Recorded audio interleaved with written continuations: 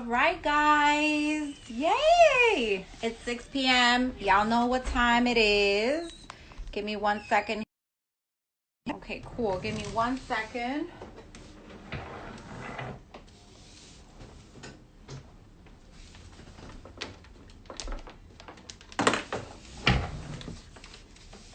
Here you go. All right, guys. Happy Friday. You know, when you have kids in the house, there's always interruptions. Thanks, Maya. I appreciate it. Yes, I'm going to let you in right now, Jatali. Give me a few seconds. Thank you so much, everyone, for tuning in. This is our Fearless Fridays edition, IG Live series. I'm so happy to be doing this. I'm so happy to be bringing some positive energy to you guys spaces on a Friday. So I'm super excited. Yay. I'm about to let Jatali in. As you guys know, I'm on every Friday. I normally have two guests, 6 p.m. and 7 p.m. So today I have two amazing women who are doing amazing things, not only for us as adults, but also for the youth. So this is going to be really great information that you can share with your children, that you can share with your nephews, with your cousins. This is just going to be really, really great. So I hope you guys enjoy it. We're going to have a good time. We're going to share some great information again. And these are two women who are powerhouses, who are doing amazing things. And I'm so happy to have them here today. So without further ado, I'm about to let Jatali in.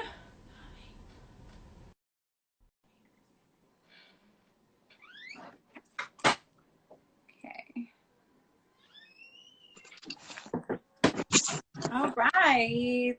I don't see myself. I see just an empty chair. Oh no, I don't see you either. I see myself, but I don't see you. Let me see.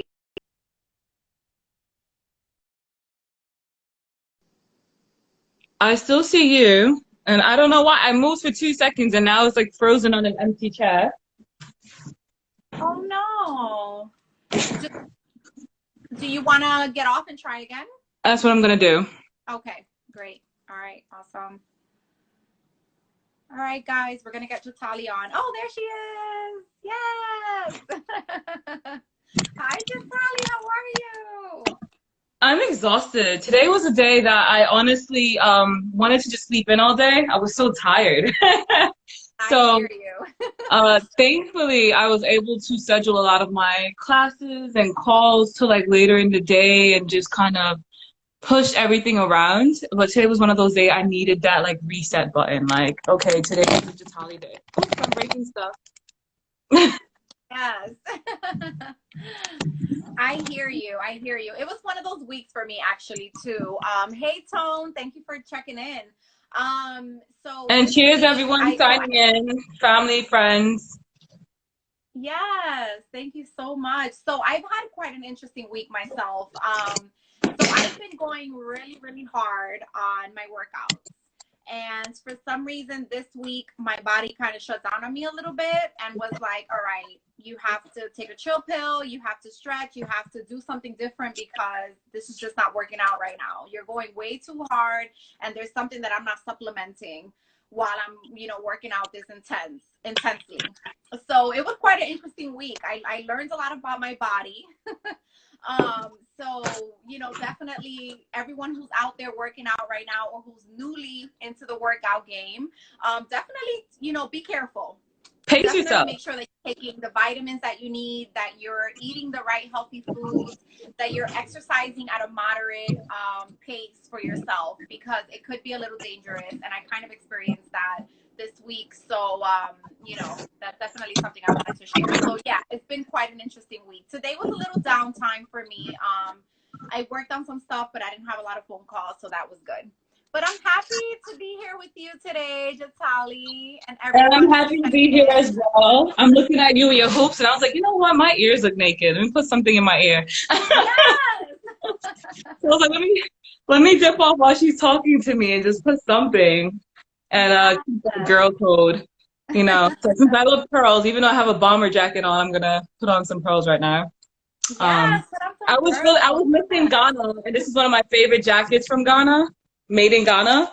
So I love it. So I was like, I'm gonna wear that today. Like I didn't care if it is now starting to become summertime outside. I'm gonna rock my Ghana jacket because I'm missing Ghana. It was either between that Yes, or a dress, a beach dress. exactly. And you said that you were supposed to be traveling during this time, right? You did mention that. Yeah. What's really whack is that I just got in this big contract in Hawaii. So I was gonna turn it into like a family vacay slash relaxation slash work. Um, so I would have worked for 4 days and then I would have relaxed for 8 days. And that went out the window. Right. So it's quite interesting because the crazy thing about it is to be in a space where there was so much work that I put in 2019 that was all supposed to blossom in this year. And then I felt like this COVID thing was just like, shut that down. We need to change up whatever you think was supposed to happen this year. Hmm. And but it's cool because it showed me a different side of what I could do and what I'm capable of doing from home. Yeah, And I didn't realize how much of what I was doing in the school systems could be translated to online e-classes. So that's the good out of it, out of strife exactly. must come something, right? So Yes. um but yeah, so I'm really literally every which way missing the sun. So I was supposed to go to Ghana, that had to be canceled. I was supposed to go to Hawaii, that had to be canceled. Oh my Um, God. and now I'm supposed to go back to Ghana in August. I don't know if that's gonna happen. That might have to be canceled. Like Yes. it's crazy. Um, Yeah, it is crazy. And we're gonna talk a little bit more about pivoting and things like that during this time. Hey Rich, thanks for checking in. I hope everything is well with you and your family. So I wanted you to kind of let's get started and I want you to introduce yourself formally and share a little bit about your background and your history and where you come from. so I am Jatali Bellanton. I'm the founder of an organization called Kids Who Bank. And now we also have Brilliant Minds Unite, which teaches both youth and adult financial literacy. So everything from credit scores and how can a parent build their child's credit starting at 13, you know, how to build business credit, how to purchase real estate, whether you have little to no income, or if you're only 15 years old, how does a 15-year-old enter the real estate game? Just different aspects of what it means to be financially literate. Even something as simple as what I call simple as looking at your bank statement and understanding how to read your bank statement and understanding that there are penalties and fees if you like overdraft fees and all these kids, a lot of our kids, even if they don't have a credit card, have debit cards. And if your parent doesn't explain to you about these fees and you just get mad at your kid for overspending, but you don't explain like, hey, guess what? Your overspending just cost you $3 to $4 or $35 depending the bank. And that overdraft fee of $35, it all adds up. And just imagine that that's $35 that you could have spent on a toy or on food or a dress or sneakers or whatever it is. And you literally just gave that away for free to the bank because you wanted to overdraft. And teaching them lessons like, hey, an overdraft could be as little as $1, and some banks will still hold you to that $35 fee. So just basic fundamentals that I feel like should be taught in all schools. That's my background. And then I'm also an investor. So I invest in real estate, stock, and before I created Kids Who Bank, my background was investment banking and forensic accounting. Yeah, so let's take it a little back to that point actually, where you were in investment banking and things like that. Let's talk a little bit about that and how that experience led you to become an entrepreneur and to the place where you are now. So between first, there's different lessons to learn. So when you're making people millions of dollars and you're working for these corporations, even if you get to a point where you're making six figures, it's really hard to then make yourself that same amount of money using the tools, the vehicles that you're making those people that money. So what most people don't realize is that like when you work in like a company like Morgan Stanley, Credit Suisse First Boston, a lot of these major, bigger investment banking firms, you can't invest in anything, even a house sometimes, without clearing it with the company that you work with. So that's an aspect that most people don't know. And it's like, so if that's your gangster, like, well, let's say that's your area of expertise is finding the stocks that will do very well. You're using company tools to find those stocks and those investments, and that belongs to the client. But then if you wanted to go and invest in those same stocks, you can't just go and do that. So I realized I had this like genius brain at times that was helping my clients make millions and millions of dollars, but I was pigeonholed to what they consider my salary to be and what they decided my bonus check should look like, which was usually not even a tenth or 18th of what I've made my clients. So when I really broke that down, that was the first disconnect, but it was a lesson learned. But I learned so much working in that field. And then my next disconnect came working in forensic accounting and having my son and just realizing that I wanted to be a hands-on mother. And, you know, it was a hard decision because a lot of people I feel like have a parent or someone that they can be like, can you watch the baby while I go to work and be this boss chick?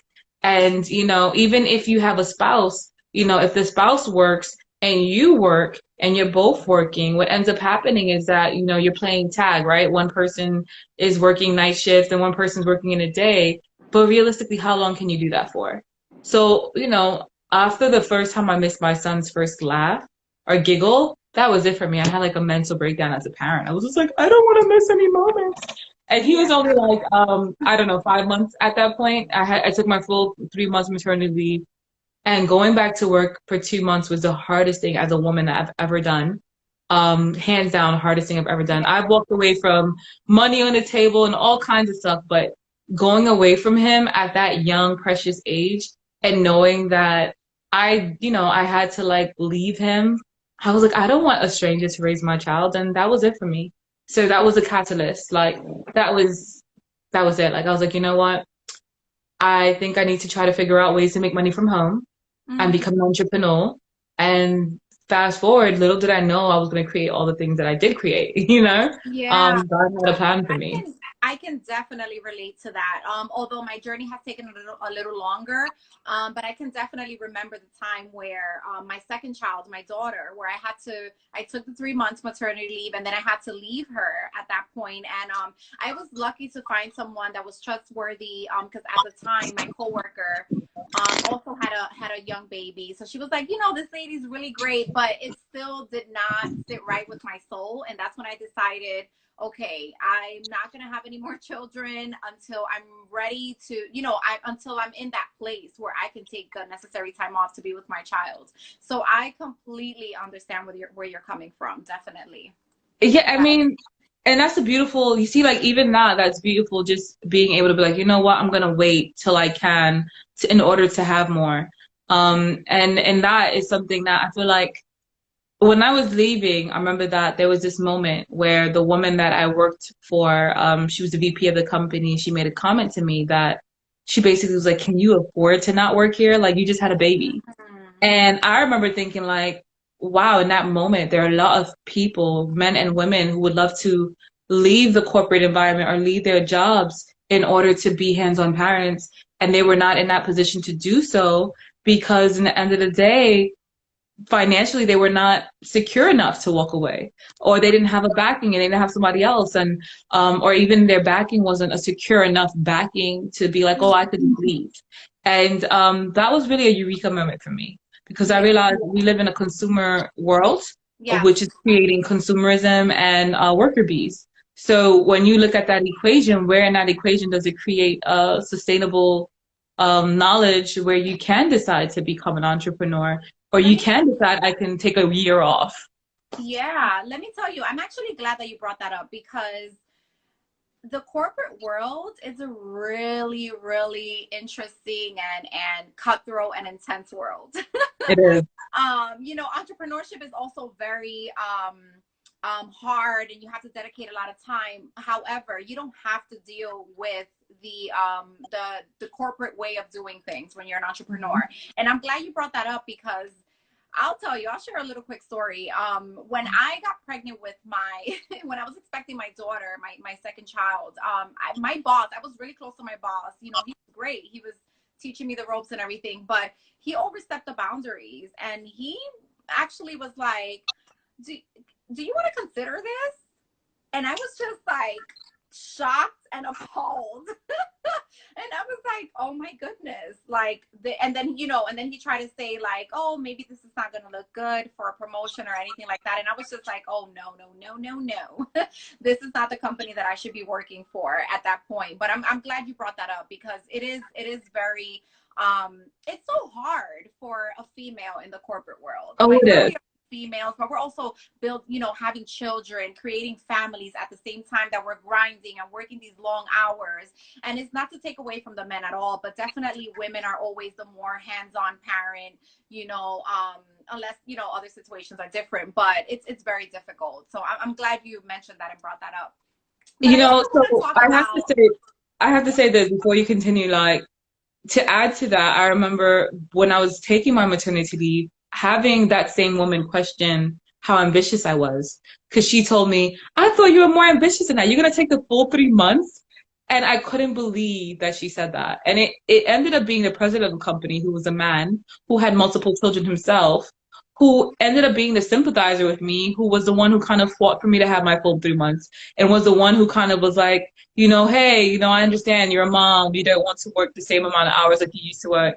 And it was interesting to me that it was a man in that situation that was more, granted, he had a lot of kids and he's a hands-on father, but it was a man in that situation who understood me more. And the woman was questioning my ambition in the business world because I wanted to take a full 3 months of maternity leave. And this is something that women go through all of the time, and even men, because some people are like, you didn't push out the baby. Why do you want to take paternity leave? And I'm yeah, like, well, he needs to bond with his child too. You know what I mean? He needs to yeah. be able to connect and help the wife or help the woman out, or his girlfriend, or even if they're not together, it's still a bond that he needs to set with that child. So who are you to tell that person that they can't have even a week off to go bond with Absolutely. their child? It's mind-boggling. It's really insane. Hi Shantae, hi Easy, hi everyone that's joining in. So I also want to talk to you. I know you and I have spoken a little bit over the phone. So I wanted to talk to you also about, you shared some of your personal history with money, and what, another reason that also brought you to become an entrepreneur and teach people about financial literacy, and it had to do with a lot of your upbringing and things like that. So if you're comfortable with sharing, can you share a little bit about that with us? Because I think it's important for people to know that sometimes a lot of the habits that we have is because we've learned them from our parents and from our grandparents and things like that. So let's learn about, like, breaking the generational curse. Can you share a little bit about that? Sure. So growing up, my mother figure was horrible with money. She was a spender, and although she always looked amazing, her hair, her nails, and her pedicure was always, immaculate.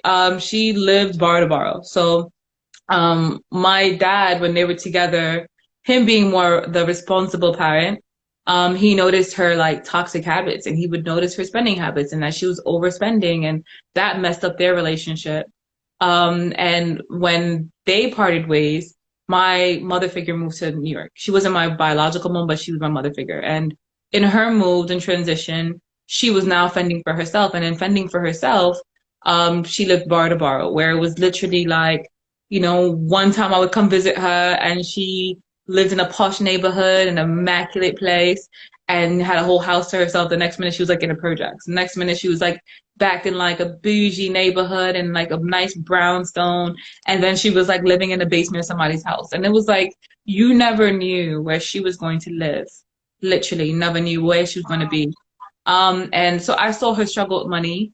And eventually there was a catalyst situation where, my dad would give me money, and she would take that money to go pay bills and things. And paying bills for her really meant going to invest in the lotto, investing in the lotto, because if she made it big and she won the numbers, and she would get more money and multiply the money, which generally never happened. And there's a catalyst situation that would eventually lead me to going to my dad at the age of 8 and telling him, hey dad, teach me everything you know about money. And there was a disconnect between her and I, but it grew my dad and I's bond closer. And it allowed me to at least thankfully have a parent to have that conversation. But what I learned in my journey is that there are a lot of people who don't have a parent who is financially savvy. So what do they have, right? Which is part of what made me create Kids Who Bank as a financial literacy curriculum, which has gone into so many schools, is that even on this journey, it doesn't matter if I'm in Malibu, in the most posh school, high school, where the kids are driving Benz to school, Mhm. and the kids have, like Lambos and they're driving to school, or if I'm in an inner city, underserved community in like East New York or something, where people are like, literally just like, I'm trying to get to my next day. And, when you notice in both of those worlds is that rich people, poor people, doesn't matter what you want to consider yourself, have issues with budgeting, right? And when you start to realize that this is a continuous theme beyond budgeting, is understanding one's versus needs and understanding your relationship with money, and that money is not a coping mechanism. And knowing that we live in a world where people utilize money as a coping mechanism. It just changed my whole perspective, my whole vantage point. But that's what started it. And my dad just kind of, little by little, just kept triggering things within me to make sure that I didn't become that person that she was. Right, right. That's an amazing, inspiring story because I mean I couldn't imagine you as a child just thinking like, okay, so I don't, like I don't know where I'm gonna go see my mom this time around, and then that, but that also made you a really mature child, just to make that click in your minds, like, okay, I love my mom, and I know she's doing the best she can, but I definitely want to have a better relationship with my money, and I think that's super powerful, and I think that is what we should be teaching our children right now. It doesn't matter what mistakes we've made or what what your grandparents or ancestors have made. Definitely this is time to change it and make things better, and especially during this quarantine and this COVID time. Oh yeah, Learn a take your skill. time, Yes, learn a learn. skill, Mm-hmm. and or even do the research to learn about finances. So you might not have known too much about money, but here's an opportunity, perfect opportunity for you to learn about money, your finances, how to manage it, how to multiply it, how to balance a checkbook, how to make your money bang harder for you, how to invest in a product, create a product that you can then sell and multiply your money. And so if you're not taking this time to do so, I'm like, hey, don't waste this opportunity. And I know some people are also mentally in a very tough space during this quarantine. Mm-hmm. But beyond that, like push through that mental blockage, because this might be the only opportunity you get to truly make an impact, right? And you might be able to make, the same effort that you would have put into something else. You could take that energy now and you literally, I feel like, I don't know how to explain it, but no other time will you have as much captive audiences, Yes, exactly. right? So half of having a product or a service that you sell that you can pitch is having a captive audience. Most of the time we're running to work, we're stuck in traffic, we're doing this, we're doing that, we're cooking, we're doing so many things. We're going out to dinner and brunch with our friends. But guess what? We're all stuck inside of a house right now, or an apartment, or a place right now. And wherever you're stuck inside of right now, there are other people who are stuck, who are like looking for outlets to either entertain themselves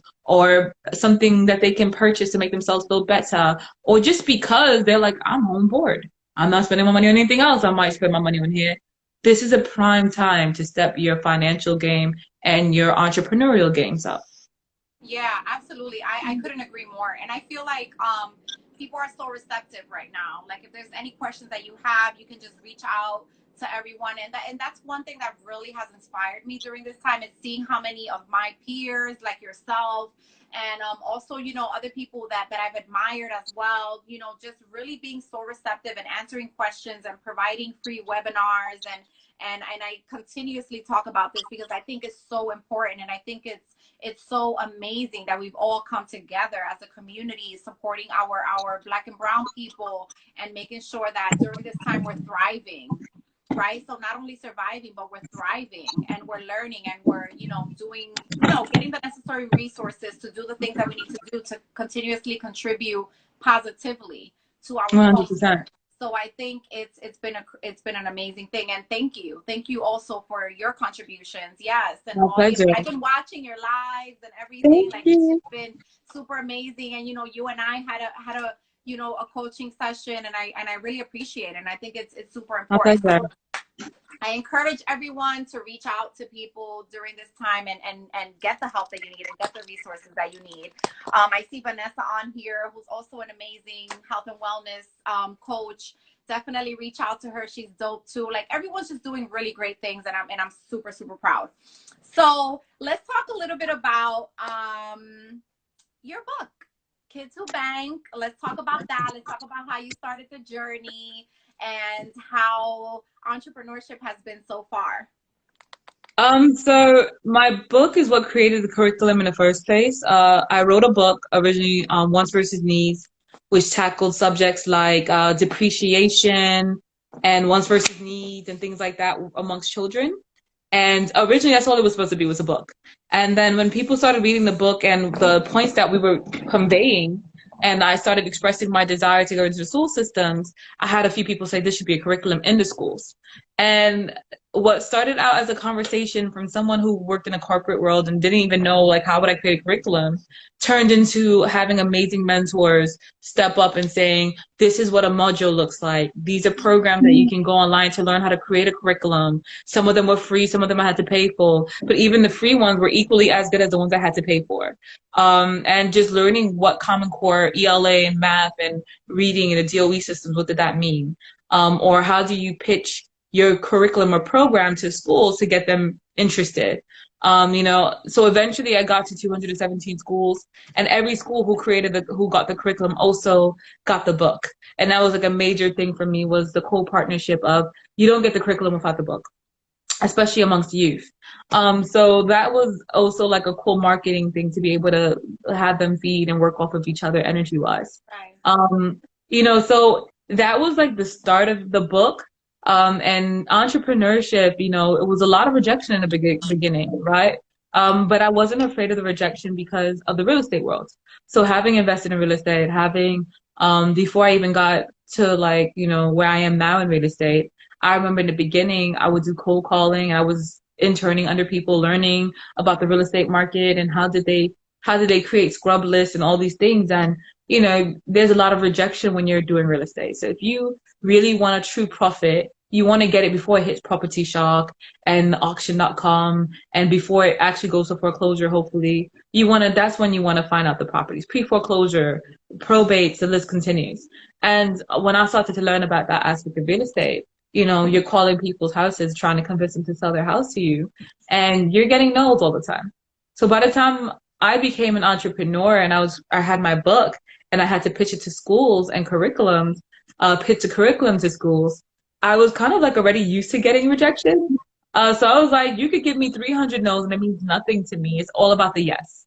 And just in real estate, like, you can get 100 no's, but you're going to get at least by that 100 at first. If you don't get a yes, something is wrong in that equation. I've never met a person who made 100 calls straight and got 100 no's, because literally, if you have a right script and you keep tweaking it and you keep them on the phone and you engage them, you're going to get a yes. And so, that one yes might be a $30,000 yes. So that no you gave me means nothing compared to that one win.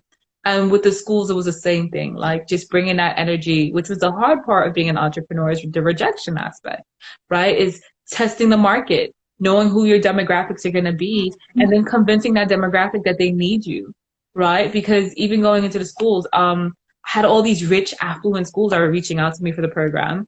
And then I would reach out to like schools in underserved communities, and the principals would say, our kids are not smart enough to learn this. And I'm like, wait, what? Oh, they would be like, we don't have a budget for this, but then they would spend like that same money on like toys for recess.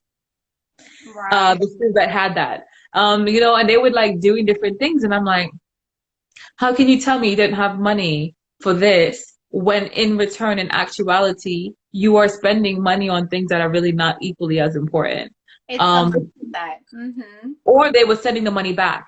So one of the worst things was I learned in the school systems is that a lot of schools, when you don't use your budget, you return it back to the DOE. And when you return the money to the DOE, eventually they lower your budget.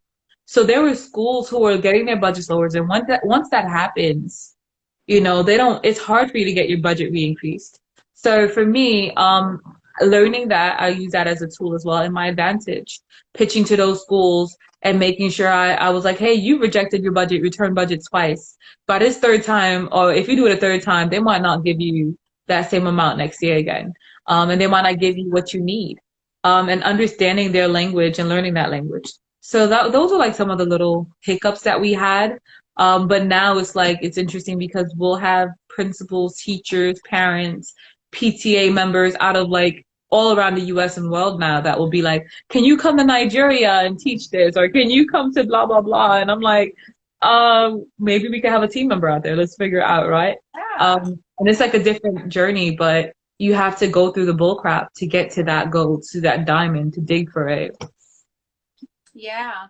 So definitely the lesson learned right now is you will get many no's, but just keep fighting for that yes. Because that Exactly. Don't yes, fear the rejection. yes, that yes may be what's going to change your entire life. I mean, I'm a firm believer that if you're walking in your purpose and if what you're putting out there is something that you're passionate about, eventually things will definitely become full-time yeses. It just takes And a I little fully time in the agree. beginning. Yeah, I because fully agree. people need connection. So, and I want to talk a little bit about that before we get off. But yeah, so definitely I feel like just, continue to grind, continue to thrive, just like in anything, even if in your corporate career, when you're climbing the ladder and things like that, you're going to hit bumps on the road. But if you continue to, stick to the script and do what you need to do, then, eventually you'll be noticed for sure. And I want to say So, one more thing. yeah, Like, if you don't have bumps in the road and the road is just completely smooth sailing the whole time, that means you might not be pushing yourself enough, exactly. right? There might be a whole other level to what you could be accomplishing, and you're not even accessing like half of your potential because if it's just that smooth, that means you're not challenging yourself. You created a path that you already saw was completely paved, and you're just following down this exact path, and you might not even actually succeed. So you might have just wasted your time, right? Because I realized that sometimes we don't assess our higher purpose. Like we just go and we're like, it's kind of like how everyone has like a pyramid scheme, right? Everyone has like a business model that they're like, oh, I want to push this product, I want to push that product. That's great. But keep in mind that you might not make $1 million pushing that product. The person who puts you onto it might, and their mentor might, but you might not because that might not be your path. And if that's not your path, then what's going to happen is like you're going to start and you're not going to get where you want to get. And you wasted like a year or 6 months doing this when you could have been putting that year and 6 months of energy into your own purpose, into your own product, into your own brand. And it's okay to take the time to struggle a little bit and put that energy into your own brand the same way you would take time to call all your friends and say, come get this slim tea. You know what I mean? And it's like nothing against the people who do that because sometimes it is hard as an entrepreneur to come up with something completely unique or off the grid. But if you do have something inside of you, don't bury it and don't waste it, Yeah. you know? Because I see that so often. People with amazing ideas who are like, I'm going to use this avenue to make money for this avenue. But I'm like, you're still doing entrepreneurship. You're still using resources and X, Y, and Z. And the avenues that you're going, you might as well just been doing that to yourself. Right. I agree. And I talked a little bit about this on a live that I did also. I think that naturally from the time that we're young, we have like a natural spark inside of us. We have that something that we gravitates towards. That's our talent or something like that. And as you grow, it develops into, a more mature aspect of it. But I think that whatever you go through in your life, because for me, like I always had that when I was younger, but then, I became a young mom and I went through, my challenges and my trials and tribulations and things like that. So I kind of had to shut that off for a little while. But then as I progressed and I was able to, find my voice and my freedom and things like that, all of those same passions that I had when I was younger, they Mm-hmm. started coming right back, just in a more developed way. So definitely, I agree with you 100%. Like, don't shy away from the fire that's inside of you. Let it come out.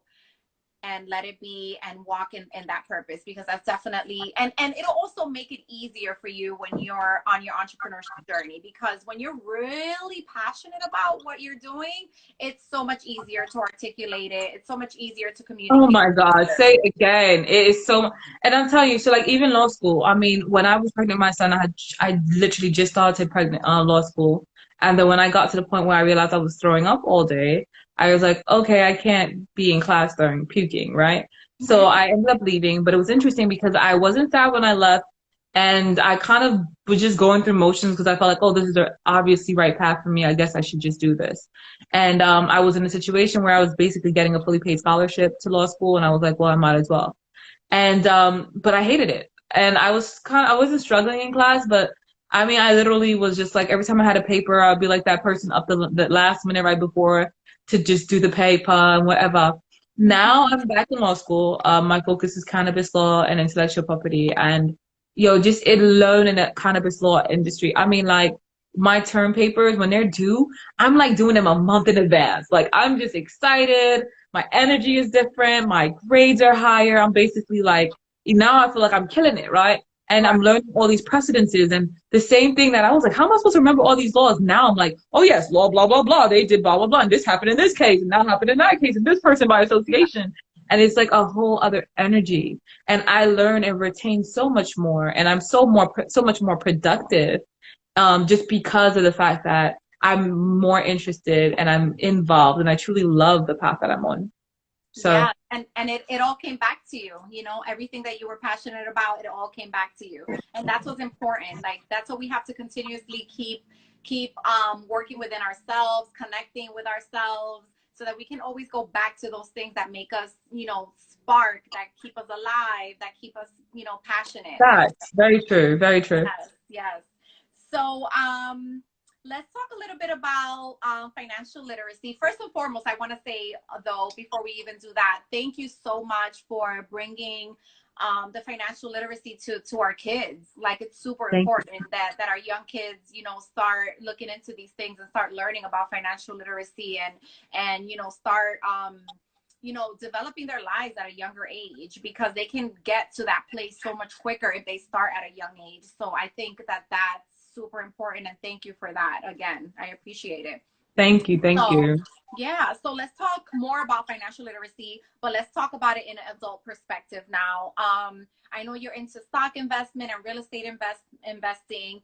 Let's talk a little bit about what's going on right now in the market with COVID and everything, and also you can share with us if there's any resources that you're offering and things like that. But I definitely want to know a little tips, if you can give it to us, as Of far as course. stock investing goes, and also real estate investing. So, we'll start with stocks first. This is a perfect time to invest in the market, but wisely.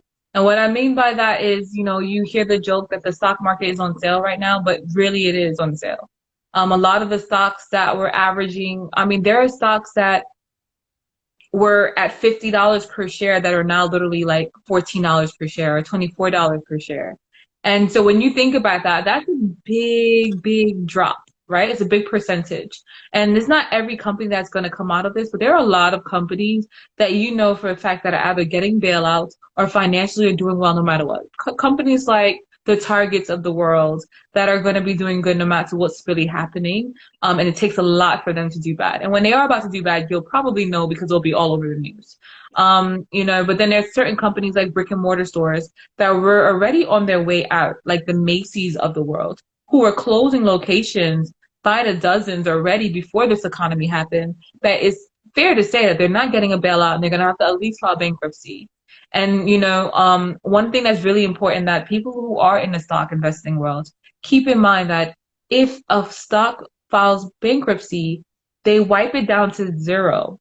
So even if afterwards they go back up to 80 something dollars per share and you used to own them, you don't get that stock again.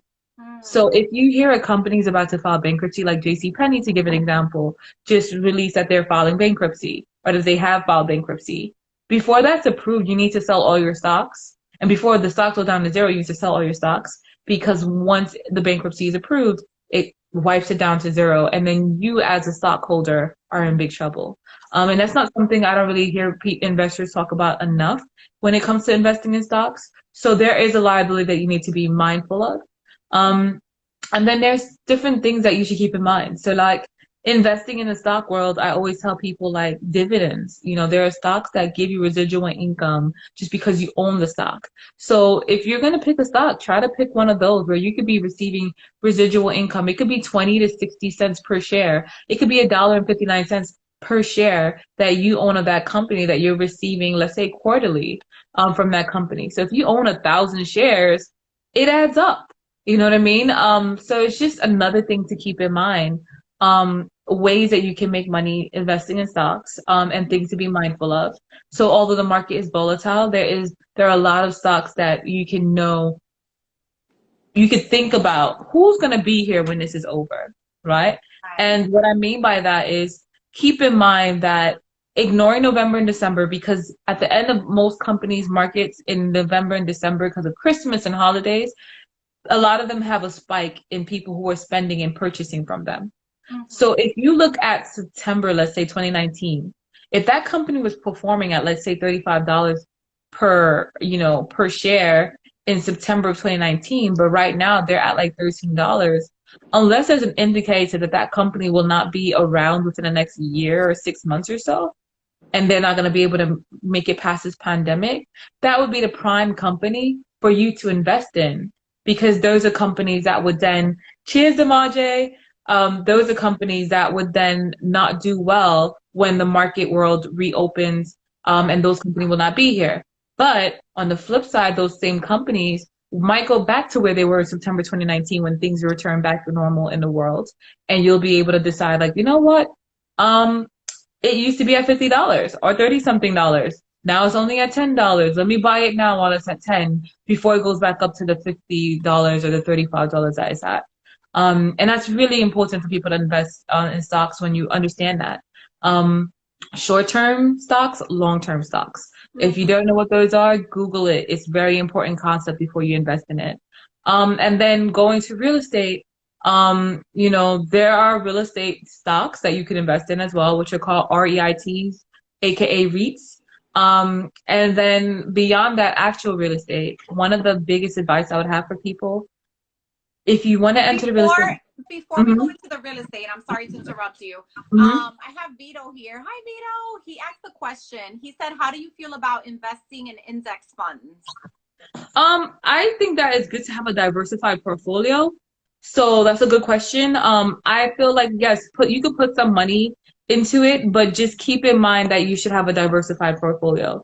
So oftentimes people who invest in stocks might have like only natural resource companies, or they'll have all airlines, or they'll have all companies that are clothing companies, and they don't have a diversified portfolio, and they don't have them in different sects. So they might not have REITs, they might not have pink sheet stocks, like penny stocks. Like, there are just so many different aspects that I think that it's important to make sure you diversify your portfolio.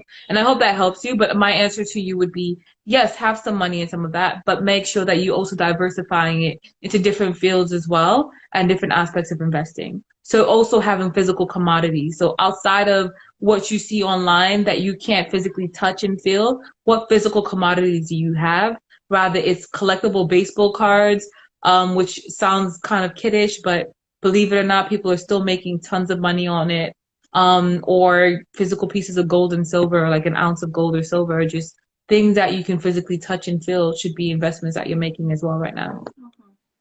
Awesome. So that's all. Oh my God, that's all amazing information. So I hope everyone's taking notes. So what I definitely got from this was diversify your portfolio. And even though we're going through this COVID experience and kind of crisis, do your research and invest in companies who are not going bankrupt and who have longevity. So definitely, I hope you're taking notes, guys. So I want to just to clear one thing. And so when she says not going bankrupt, I mean like literally haven't filed bankruptcy. If a company is at $32 per share and they go down to $2 per share or even $1 per share, as long as they don't file bankruptcy and you own the shares, if it goes back up and you're confident it's going to go back up to the $30, guess what? You go back up with them like a roller coaster and you didn't really lose any money. Right. But only time if they actually file bankruptcy, that's when you should be like, they just filed bankruptcy, which is great because a lot of apps will allow you to put little tickers so you can keep watch or notice what's happening in the news for certain companies. Yeah, absolutely. And then you also mentioned investing in companies that are going to give you residual income, or I think it was dividends, correct? Dividends, yes. Yes.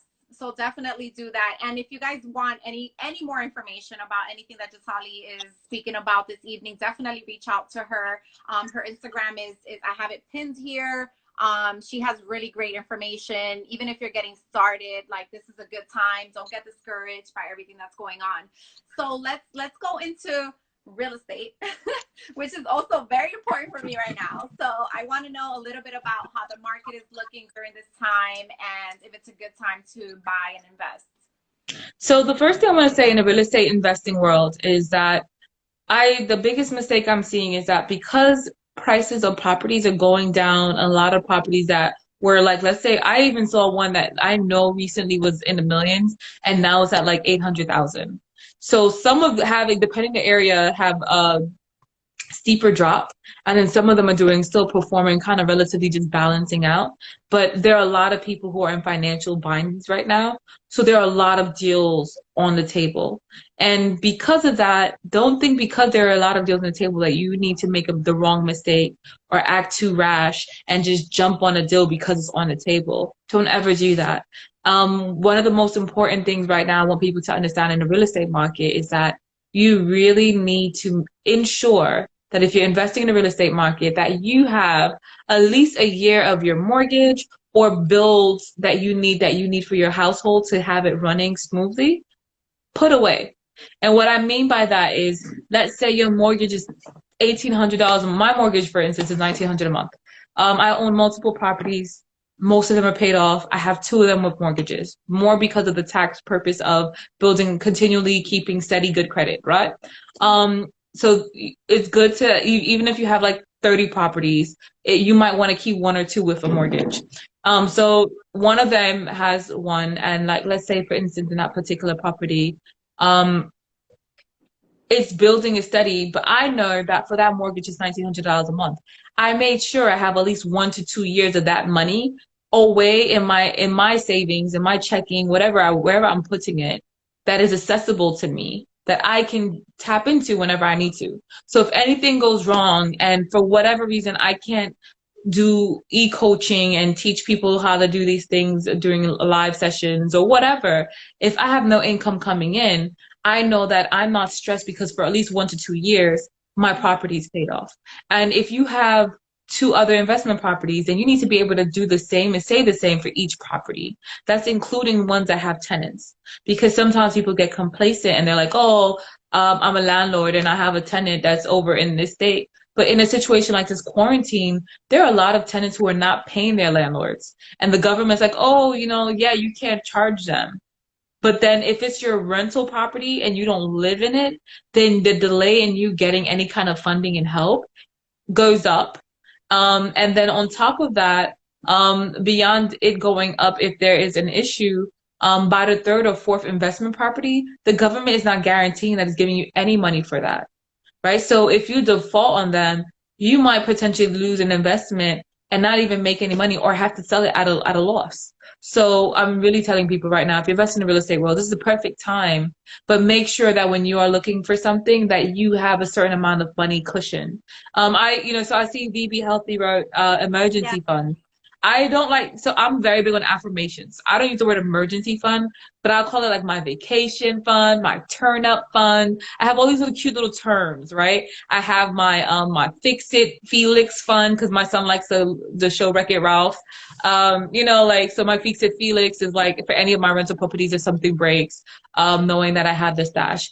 And but not that I'm calling attention that it's gonna break, but sometimes fixing it is just renovations and improving it, right? So sometimes it's like when I call it my fix it Felix, that's like, okay, we had maybe granite and now I want to go bougie and go marble, or I have Formica and I want to turn it to granite, and that's part of my Fix It Felix package, right? And the reason why I say that is because when you have emergency fund, I feel like there's always an emergency. There's always going to be Right. something that you need to dip into it for. So changing my relationship with money and how I speak about it, or even how I place it in my pocket versus where I used to have like a dollar crumbled in my pocket, a dollar crumbled in my wallet, and like it was just all over the place. Just even structuring that better, I felt like made a difference. Um, so yeah, so that was kind of like overall where I think so in real estate as well, this is the perfect time. If you don't have money to invest in real estate, there are a lot of ways to make money in real estate without actually having your own money. So a lot of times you hear about wholesaling, but wholesaling really it comes down to getting the contract on the deal and getting the scoop, getting someone to be interested in selling you the property, and then getting a broker or getting someone who can then a real estate agent who will then take that property and give you a finder's fee. So even at one point when I left the corporate world, I remember when I first started again in real estate and wanted to take it aggressively, I was getting finder's fees. And sometimes they would range from $1,500 to $3,000 to Nice. even more. Um, as I grew and I started getting bigger and better properties, and I learned about comparables, and I learned how to make sure that they were getting a good spread, and learning like, okay, well, if this property needs a rehab, how much is actually going to be left over for this investor? So what are they looking for? And so for me, that's something I always tell. If you can get to that property before it hits the market, that is gold. That is liquid gold. And there's not one broker or agency from Keller Williams to Corcoran to Exit Realty to the smaller mom and pop shops that will turn away a legal property that you found and not give you something, a referral, a finder's fee, or have some kind of a relationship that they're willing to create a contract with you to get those properties. Because honestly, that's how the brokers make their money, and that's how these agencies make their money, is by new properties, right? Is getting all the rental and getting all the property listings so that they can then give it to their agents. Most agents don't even know how to find their own properties. Most agents don't know how to do a scrub list, right? That So that mhm. is the ultimate hustle right there. Let me tell you. I'm telling you. I So, love this. I love this. This is like gems of information, like Vanessa said. That is really true though. Like you can find the properties and then just sell it for a finder's fee. That is amazing and super smart. That is awesome. Yes. Before so we move on, mhm. somebody asks, oh Chris, he asks, real estate aside, any thoughts on crypto markets really quick? So the cryptocurrency market, one thing before I continue, I am not telling you to invest in it as a financial professional. I gotta put the disclaimer out there. You hear people do it all the time. You probably don't know why. It's because, you can get your licenses taken from you if you tell someone to invest in something, or you can get sued. If I tell you go invest in like a particular company and you go and you do it and something goes left, you could be like, oh, well, on this day, I watched this video and Jatali Bellanto said, I'm not doing that. Okay. This is just my personal opinion. My personal opinion when it comes to cryptocurrencies, there are some that I like. But just be mindful, reminder that cryptocurrencies are still not technically federally regulated, which means that if you lose any money or a hacker comes and steals any money from the cryptocurrency, 9 out of 10 situations and chances that money is not legally binded. The FDIC, no one needs to give you necessarily your money back. You just lose your money. That's the negative aspect of cryptocurrency. But on the other side, there are a lot of people who are feeling like with what's happening, that so many people are transferring to the online cyber world that cryptocurrency has no choice but to go up financially. But you have different kinds that are very expensive. So like Bitcoin right now is at like 9,000, 100 or $200. And who wants to invest $9,000 in one share of a company? That's more money than a share of Amazon, right? And Amazon, just in the middle of this pandemic, came from like $1,800 to $2,400 so far in the last 2 months. So with the crypto, some people believe that it might even go up to like $30,000 per share. And if you buy that 9,000, that's a good deal. Personally, I would not necessarily suggest someone invest that much money in crypto just because it's once again not federally regulated. And it's a bigger gamble than anything else, rather it's real estate or stocks.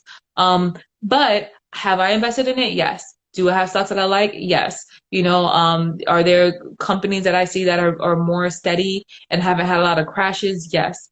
So if you are going to invest in crypto, I would suggest to you looking for one that doesn't fluctuate too much. And what I mean by that, and if it does fluctuate, learning that curve and making sure that before the next fluctuation happens, you know what your sweet spot is. So in any stock, cryptocurrency, whatever you're investing in, there's a sweet spot. The sweet spot being the lowest that it will probably go for and at what point.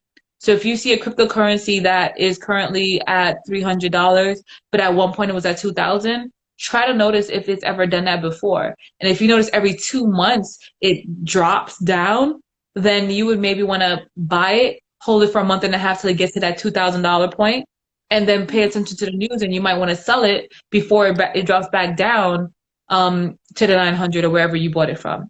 So that way you're making a profit. Or even as it starts to go down, selling it, let's say at 1,500, that way you still made a $600 profit versus losing the full profit that you made. So that's my opinion on crypto. Yeah, that's, oh my God. The information you're sharing right now, it is truly priceless. Thank you so much. And Easy said so many options in this world. Yes, so many options. So That's many why it's options. good to, but that's why it's also good to talk to someone who's an expert like yourself, because then you can get like at least the idea of how it works and things like that, so that you can know what to look out for and stuff. So I definitely recommend you talking to someone like Jatali if you aren't already investing. So And my now, God, can I say one more thing? Oh, go before ahead. you, Yeah. so you just triggered something. Another important part in this whole equation is if you're investing, making sure you're investing properly.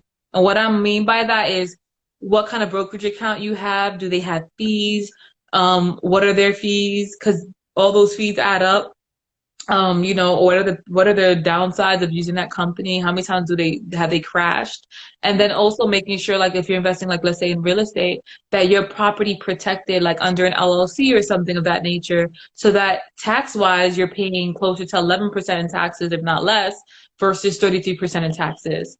And that's a major mistake that I see that a lot of investors will make in real estate, where they're doing it under their personal social security number versus having an LLC, a business set up for their flipping and their investment purposes, where they're paying less in taxes. So that's something really key that I want you guys to take away. Like the goal is to be in that one sense like Trump, where you know Trump doesn't pay taxes.